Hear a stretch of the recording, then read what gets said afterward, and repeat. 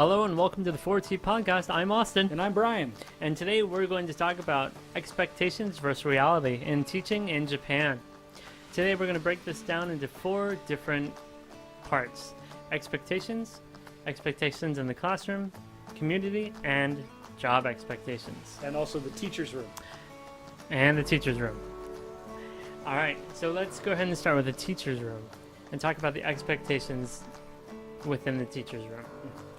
When I first came to Japan, I was expecting to have people excited for me to be there. To I was excited to be there, and I was expecting people to be just as excited as I was to be there when I was there. Now, it's not meant to be like I was hoping that they would be like, "Yay, new teacher!" But it was more along the lines of that I felt that they might be excited to work with me, because I was ready to buckle down and get these kids some good English. For me, my expectations coming to Japan and teaching, I actually didn't have any expectations. I got my job, and within a couple weeks I was in Japan without any real knowledge about what was going to happen. Mm-hmm. I didn't do any research about it. I didn't know anything about it. So my expectations were very low. Mm-hmm. So, in the teacher's room, one of the main things is meetings. Yes, definitely meetings. When I first came and I got in my first teacher's room, I was never invited to any meetings. I was never expected to do anything, so I thought. My expectation was that I didn't speak Japanese, so I would be exempt from having to really take part in any of that. Mm-hmm. And in reality, there's a lot more to it than what meets the eye. Right. The expectations versus reality, there's a stark difference. Yep. So for me, one of the main things is that the teachers wanted me there early in the morning for the very first meeting before the homeroom teachers go to class. And for us, it starts at 8:10. Yes. For me, 8:15. Yep. About the same. And usually when the first bell rings, that's when they start the meeting. Everybody stands up, everyone says good morning, and then everyone sits back down. Yes. Yeah, the expectation of not having to do anything and versus reality was a big difference. When you start the meetings in the morning, there's always the meeting in the morning where all the teachers will gather together and discuss any problems or anything that happened the day before. Or any information that should be shared with all teachers pertaining to one specific topic that teacher is responsible for. Yes. For example, club activities or getting things ready for the school trips or something like that. Or like Undokai, the sports festival day. They will, the teacher that's responsible for that will say like something, don't forget, like on Tuesday we're going to have a meeting for the sports festival. So it starts at 4 o'clock. And one interesting thing about the morning meetings is the student teachers, if you have student teachers in your school who come from universities to get experience teaching, they will be excused from them, asked to leave the teacher's room. Yes. For the morning meetings. Yes. So morning meetings are first thing in the morning, and it's one of the most important meetings you can go to during the school day. Yep.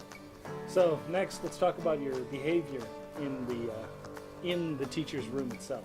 So in the teacher's room itself, coming to Japan, for me, my expectation was I could, when I didn't have class, I could sit around, study Japanese, play a little solitaire, maybe help out if I needed to.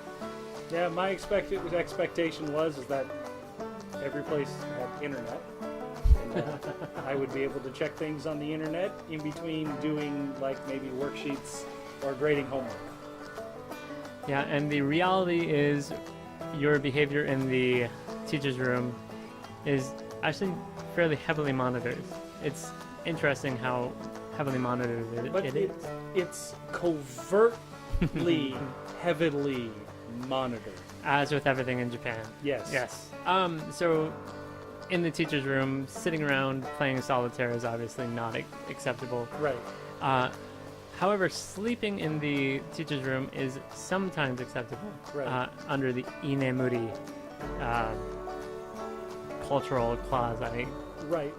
But keep in mind that inemuri is like sleeping at your desk, and it's considered acceptable because what is it? It gives that view that you've been working hard. Yes. Now, if you're sleeping during first or second period, that would not be considered inemuri. Yes. Usually fourth period, lunchtime, or after, if you have a free period, that is perfectly normal. But usually first and second period, you do not do inemuri. Yeah. Now, dozing off on accident, every once in a while, that's, of course, no one can help that. But sleeping at your desk, openly sleeping at your desk, in the first couple periods, it's not really that acceptable. Right. Another thing is that knowing your place in the social order Yes. of the teacher's office or the teacher's room. Now, most of us most of the people watching this video have either been in junior high school or high school. So you know what the social order was like for you in junior high school and high school, and where you stood on that social order. The same is completely true in the teacher's room. So if you are not the oldest, or if you are not the person that's been there the longest, you are not high on that social totem pole. No. The social totem pole goes the principal, vice principal, head teacher, and then everyone else from there, going in terms of how long you've been there. Right, or how long you've been teaching since you've moved from one school to another. Yes, it has nothing to do with your experience or your skills. Right. Or Now, very little. in some cases, if a teacher has been there for more than 10 or 12 years at the same school, they may have more social pull in the school than the principal does. Now, just a side note, someone being at the same school for 10 to 12 years is very rare in Japan. Right. Although it does happen. Right. Usually they cycle people out between 3 to 5 years. Yeah.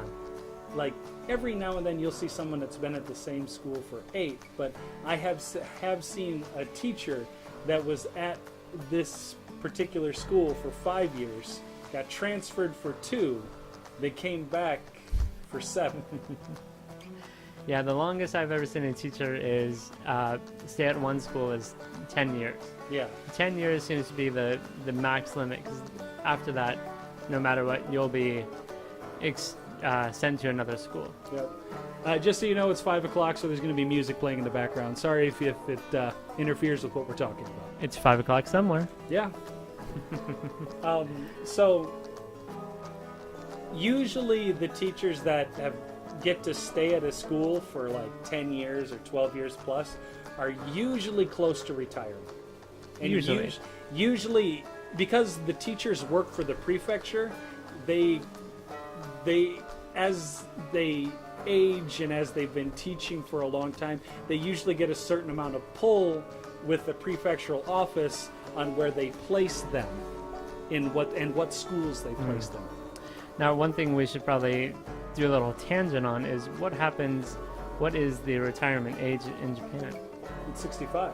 And what happens after you retire? Well, If you're forced to retire at 65, yep. then what happens after that? If either you retire and you go play golf the rest of your life until you kick the bucket, or You can retire and continue teaching, but the amount of money that you get in retirement and the amount of money you get paid, your pay gets cut to basically you're earning retirement, but you're also getting paid so that your salary is exactly the same. yeah. And a lot of the teachers either teach part-time, or they have an office job, or if they live in a small town, they can go to the Board of Education and work there. Yep. And a lot of them actually do. There's one of the ladies that works for the Board of Education. She is in retirement, but she is like she's responsible for the students' like educational quality. Is what her job is inside the Board of Education. Wow. And same thing with my Board of Education. I think almost half of the Board of Education are retired teachers from the town I work in. So it does happen. Yep. So. All right. So, parties. Woo! Party! Yeah. You may think that these parties are great, but there's the ceremonial party and then there's the after party. And so the expectation of a party is you can go if you want to, and you can get hammered and maybe hook up with another teacher, and that'll be it. But that's not the case. Reality is no.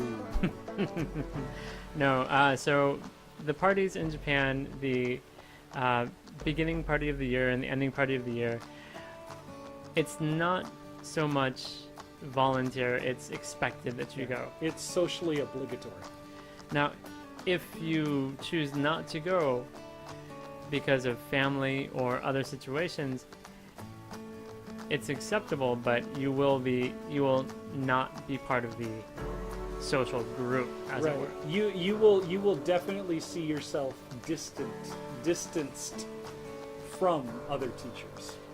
And even in my own personal experience, I live a very long distance away from where I work, and I have to take care of my kid after school, so there's no way I can go to the end of the year parties most of the time. So I found that is very true. If you don't go, the relationship is strained between you and other teachers. Right. Oh, excuse me. So now there's the actual party, and usually they try and take you to like a hotel or a 5-star restaurant. Yes. And make you spend like the most I've ever seen at a place that that they wanted us to spend money at was close to 9,000 yen, like $90 for a meal and drink. Now keep in mind that this ceremonial party, you do get 5-star food. But sometimes that 5-star food was 4-star food that was made to look pretty. Oh, yeah. And they also serve alcohol, but there's only a limited amount of alcohol that you can drink among everybody. And usually the people that have the old people with older status, they tend to get the most alcohol. Yeah, that's part of the. We can go into the senpai system and everything else later on in another podcast, but that goes on to the senpai system. The younger staff members always take the beer or the alcohol and give it to the older ones first. Yeah, and that leads us to another thing, a cultural custom in Japan, especially at parties. You are required to make sure that nobody, if you are low on totem pole, you're required to make sure that nobody has an empty glass at your table. And this is part of the expectation, is that you can go and you can just have fun and not really worry about anything. But in reality, it is a very stressful social gathering. Yes. Make sure that everyone's cup is filled. Make sure you don't get too drunk that you can't talk correctly, and that you don't say something you're not supposed to. You need to save face. Right. And if there is like a giant communal salad that's put out, you are usually required to dish everybody up.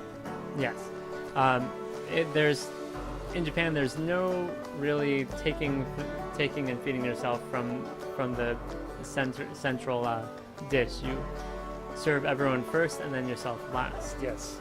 And it depends on your social order. So let's just say you've been at the school for 3 or 4 years, then usually somebody else, like one of the newer teachers that may be at the table, will serve. But if you are the lowest social status person at that table, you should serve everyone else. Yes. And generally speaking, the ALTs are one of the lowest on the totem pole. Right.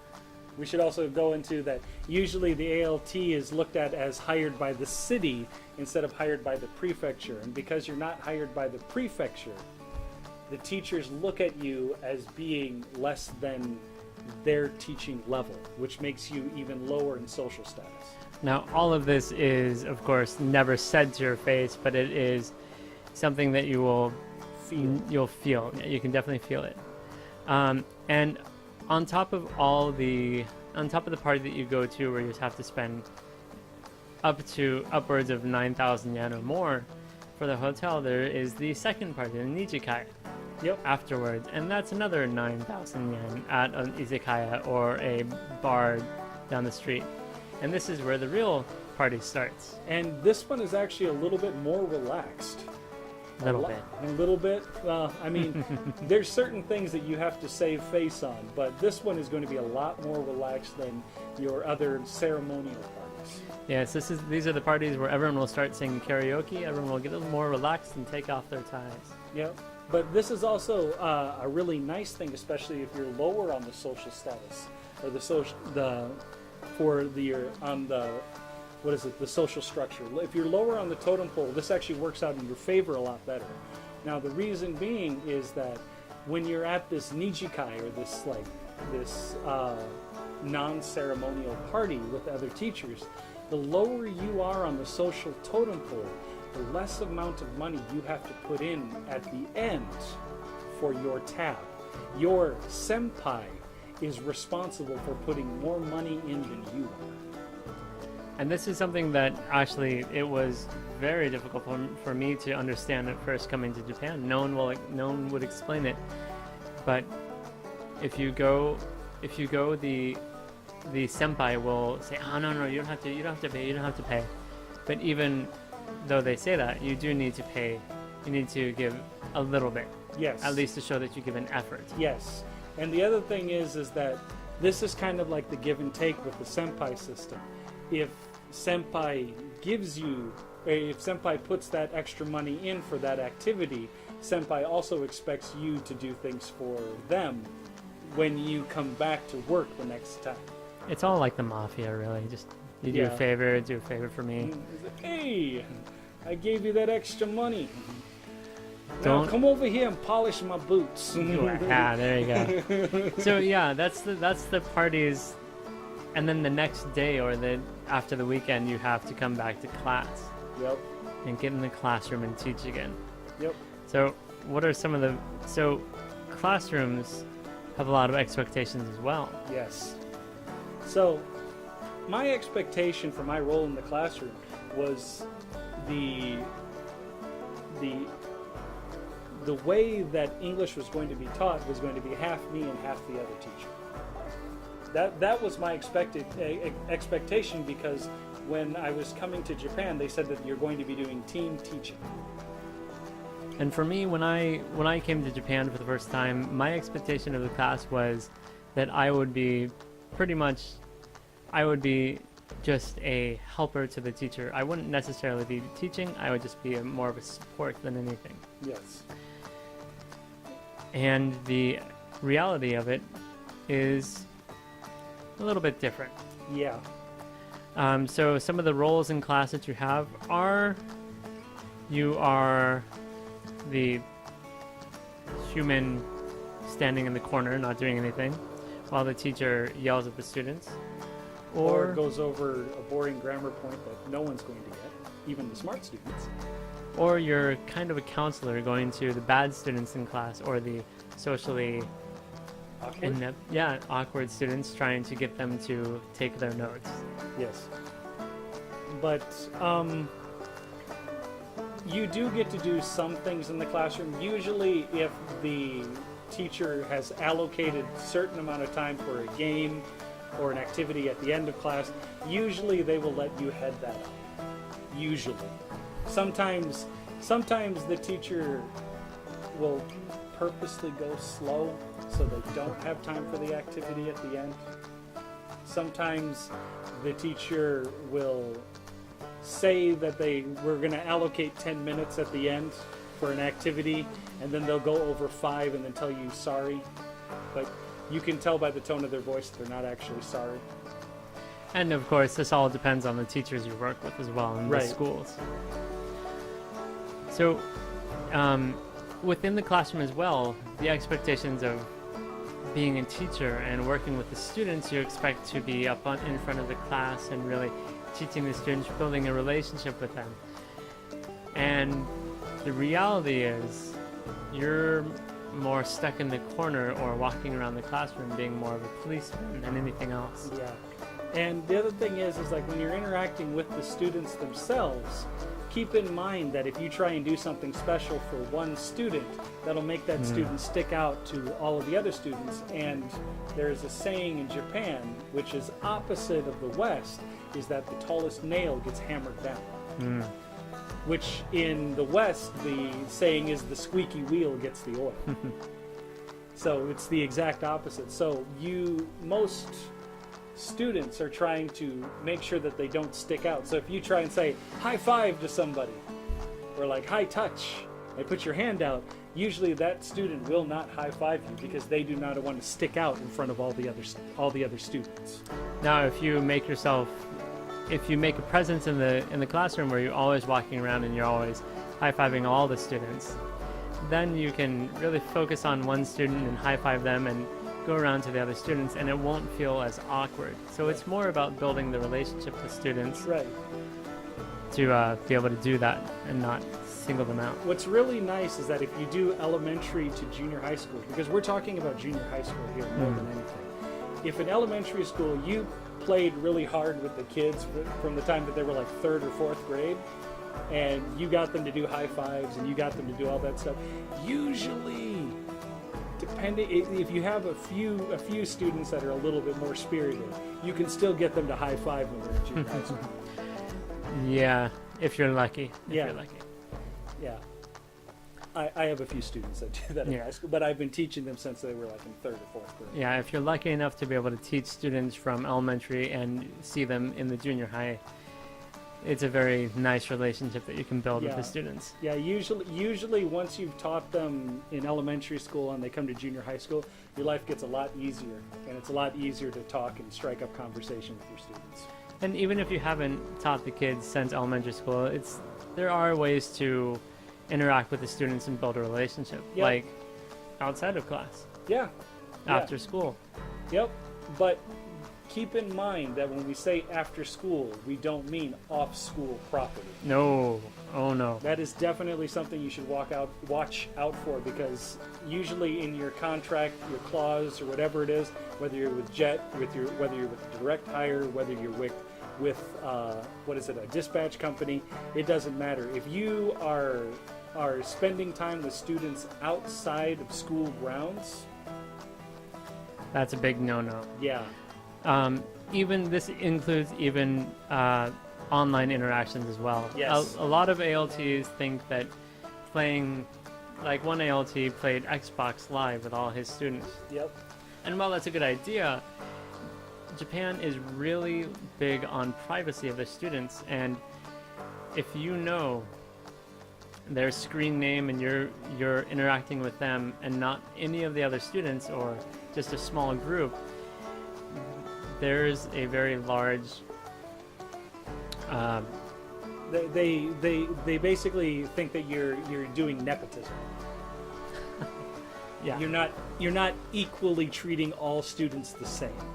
And there is the fear of privacy issues that you'll leak some of their information to the masses. And another thing is like a lot of times, especially with kids, is like they'll get angry at one another because somebody messed up in the middle of a game, or somebody wrote something online that wasn't appropriate or something like that, and then you get tied into that if you are part of that group. Yeah, and recently in the past 2 or 3 years, online bullying has really become a hot topic in schools. Line is just Line, Twitter, any of those, Mixi, the Japanese Facebook, there you go. Any of these that you interact with students on, I can guarantee you at some point it will come back to bite you in the butt. Right, and the main thing is, especially if you accept one of these kids as like a friend on like Facebook or something like that, be rest assured that they're going to tell all of their friends, and then their friends are going to tell their parents. Yes. And if you friend one kid and you don't friend another kid, may God have mercy on your soul. Now, that's not to say once students graduate, high school or university, you can't be friends with them. Yeah. I know many teachers who are friends with their students now that they're out of the schools or they're adults now. that's fine. But when they're still your student, Yeah. when they're still in the school system, that's when there's a little bit of a problem. Right. But after class, depending on how well your relationship is with the teachers, you can usually do club activities with all the kids. Oh yeah, that's a great way to interact with the students. Yeah, especially like if you're good at drawing, going to the art club. If you play basketball, if you play any sports, definitely. And it's a good way to learn new skills as well. Like if you have a judo club, obviously you're not going to be throwing around the students, but you can warm up with them a little bit. Yeah, or have the students throw you around. Exactly. Yeah, you don't throw them around; they throw you around. Or kendo as well. Yeah, let me tell you right now, them kids will be happy to throw you Oh around. yeah, yes they will. Yeah, and kendo as well. You can just be a standing dummy and let them hit you. No, but another thing is that's really fun to do is like, let's just say that you never played basketball before, you never played like basketball on a team before. If you go and you join the basketball club like that, and they're like, what is it, driving around you, or they're like doing like trick shots or stuff like that while you're trying to like defend, they're having a great time, and that's something you guys can laugh about together. Mm-hmm. And even things like the ekiden, the running marathon, the marathon, doing things like that with the students, even if you're the slowest person on earth and they lap you all the time, they'll slap you on the back and say, "Good job, come on, you can do it." Right. And if you can get them to speak English, that's even better for the school. Well, let's take a quick break right here and we'll Let's come do right it. back. All right, we're back. We're talking about expectation versus reality as an ALT. So, Jinx, you owe me a soda. Ha ha! I gave you a tea earlier. All right, that works. Jeez. Little stingy. So now we're going to talk about your role in the community, like what your expectations are, like talking about what our expectations were when we came, before we came, versus the reality of what it's like to be in the community. So my expectations coming to Japan for community, I didn't even think about it. Yeah. It was not even a thought.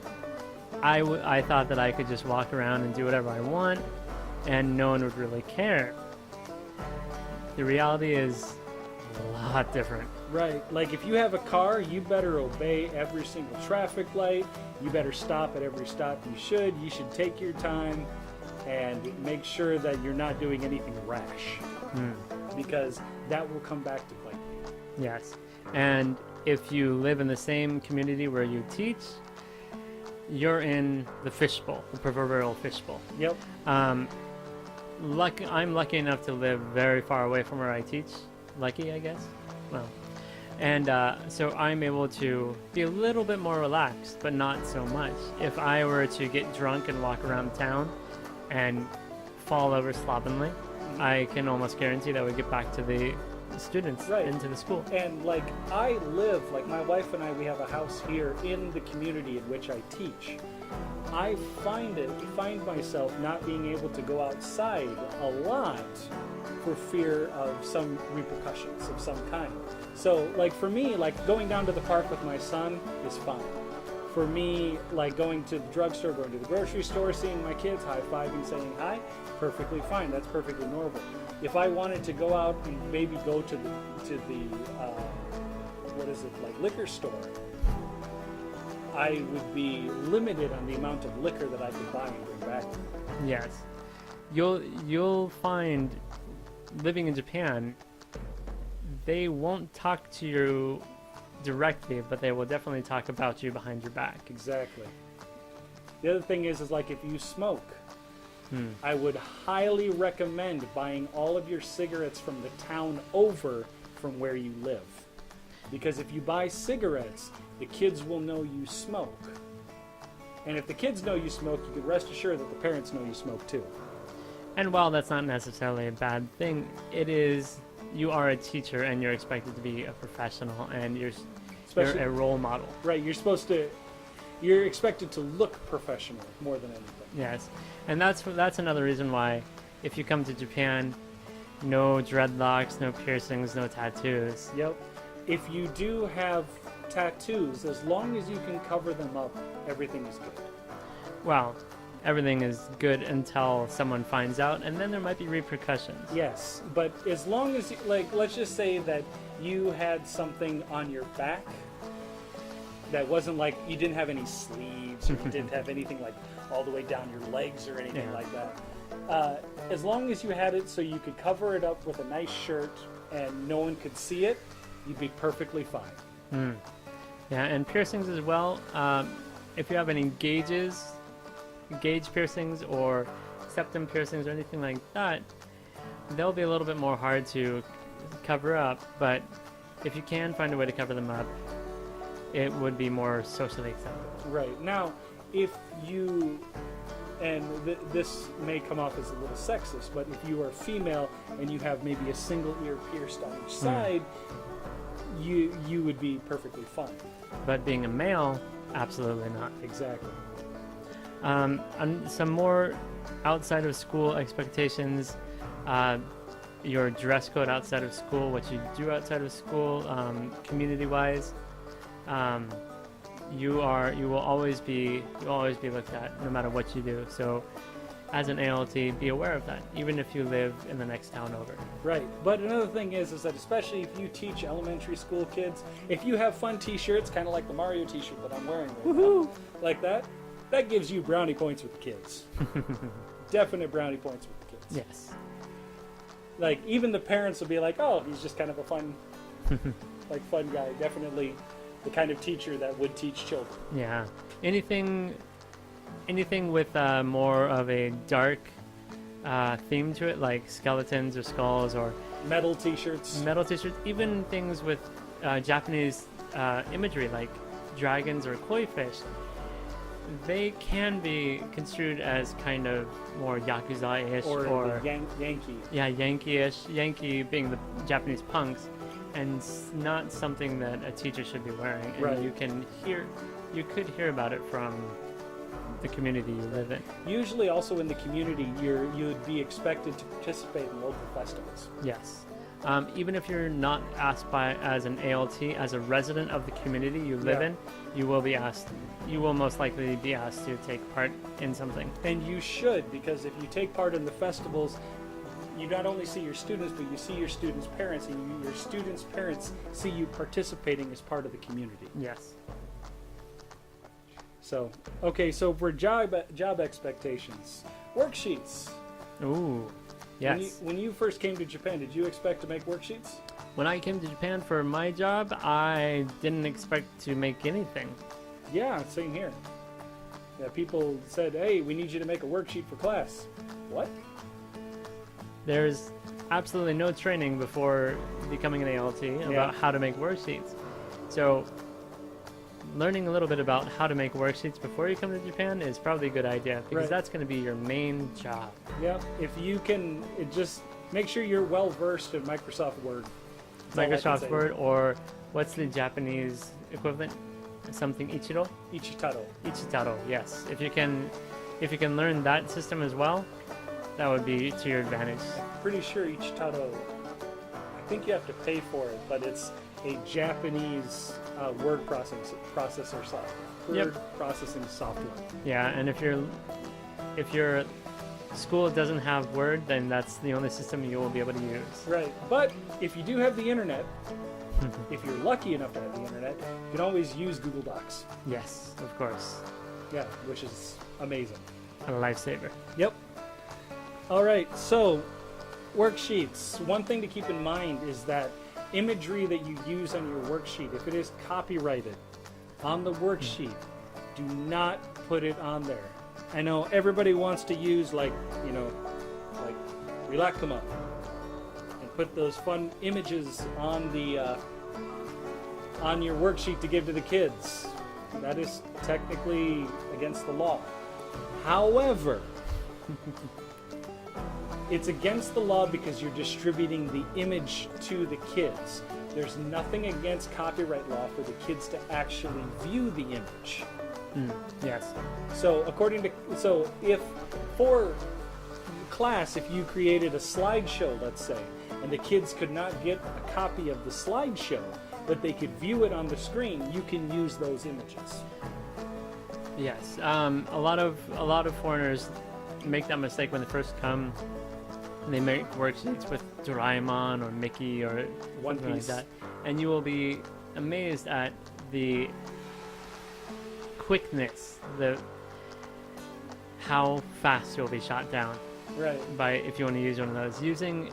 If you're lucky enough to have a Starboard or an electronic blackboard and you're able to do PowerPoint presentations, by all means use those Yes. on there instead of on a worksheet. Please do not use clip art or basic pictures. The kids don't like them.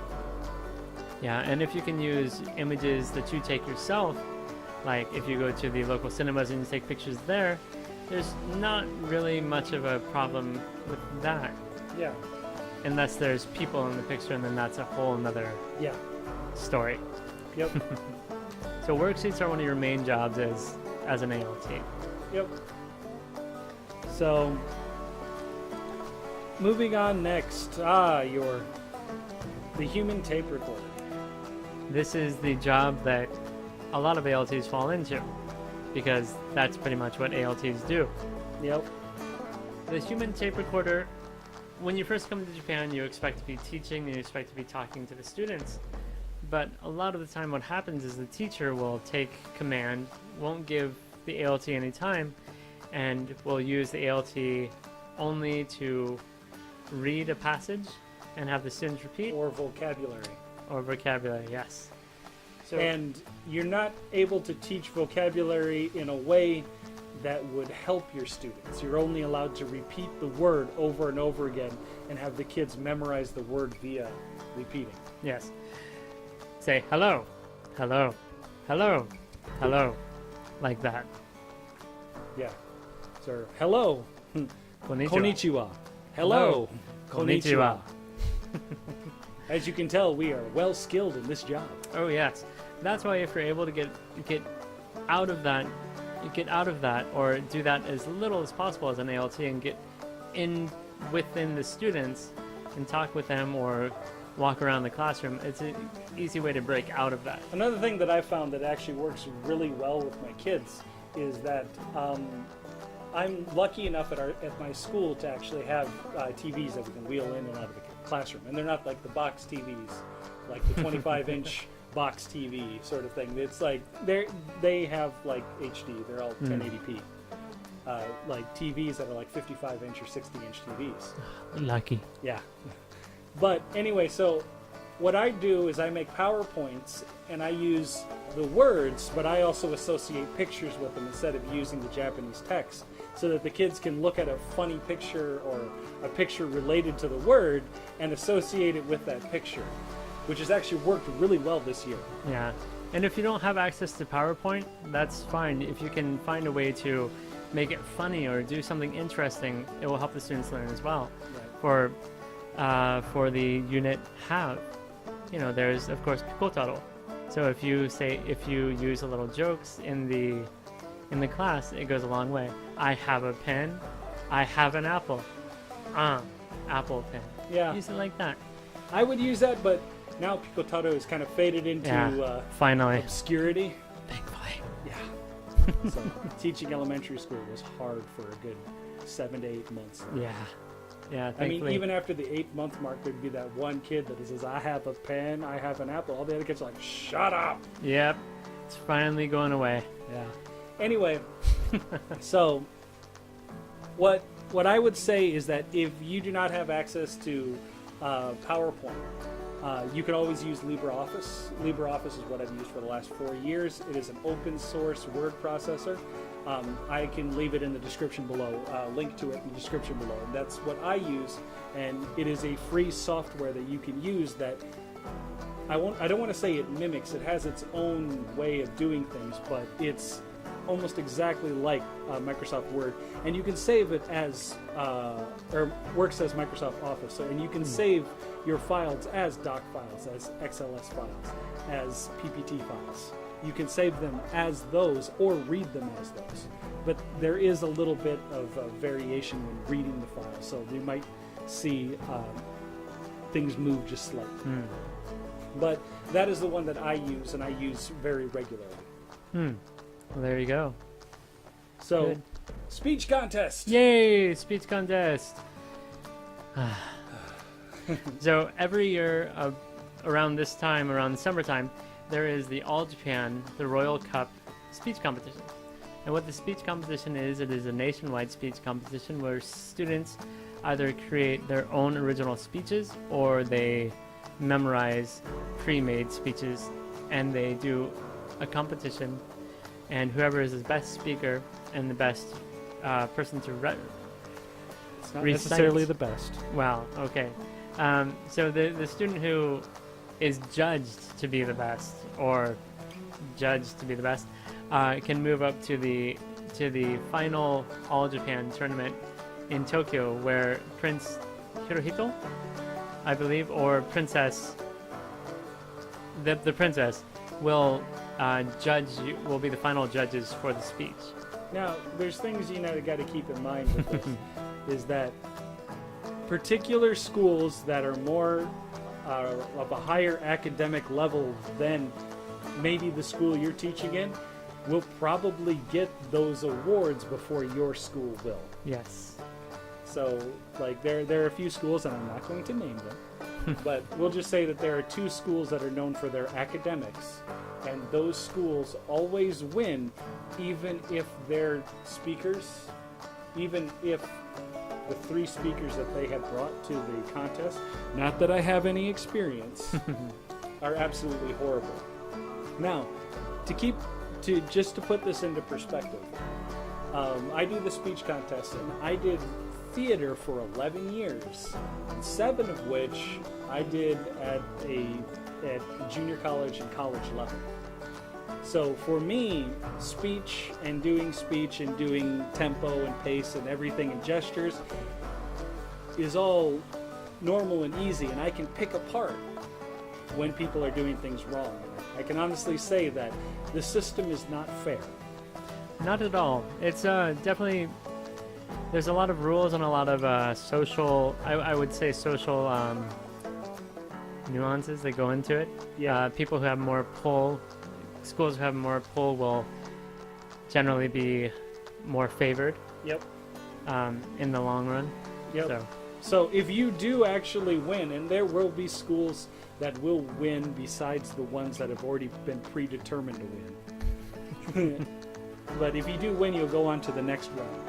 And I think one of the things is that the schools that are required to win, or that are supposed to win, if they don't have anybody that wins, that makes them lose their status as an academic school is what it is, which is why their students usually always win. Now, one thing about the speech competition, if you're listening to this and you think my students can go because they've been abroad, or they're half kid, which is a half foreign kid, those students are banned. They're disqualified. Yep. If you are a half Japanese, half foreign student, no matter what language the parents speak at home, you're banned. Right. So his daughter and my sons would not be able to participate in this English speech contest. Not in the junior high school. At high school level, maybe, but I would still say they wouldn't be. Probably not. You would have to go through a lot of hoops to get them in. And if any student had been abroad within 6 months before the speech, they are not allowed in the speech competition. Yep. So it is very competitive and very hard. If they have been abroad for longer than a year, then they're still not allowed to. They would not be allowed to participate at all. Yes. Throughout the entire 3 years of that school. So it is very well regulated. Yeah. In that area, at least. Right. The actual grading system for the speeches is rather loose. I would say so. Yeah, it's.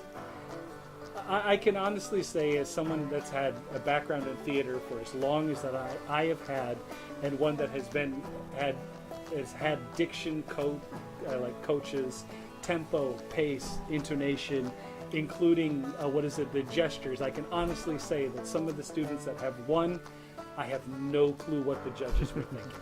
So for an example how loose the judging is, there are 4 main criteria that the students are judged on.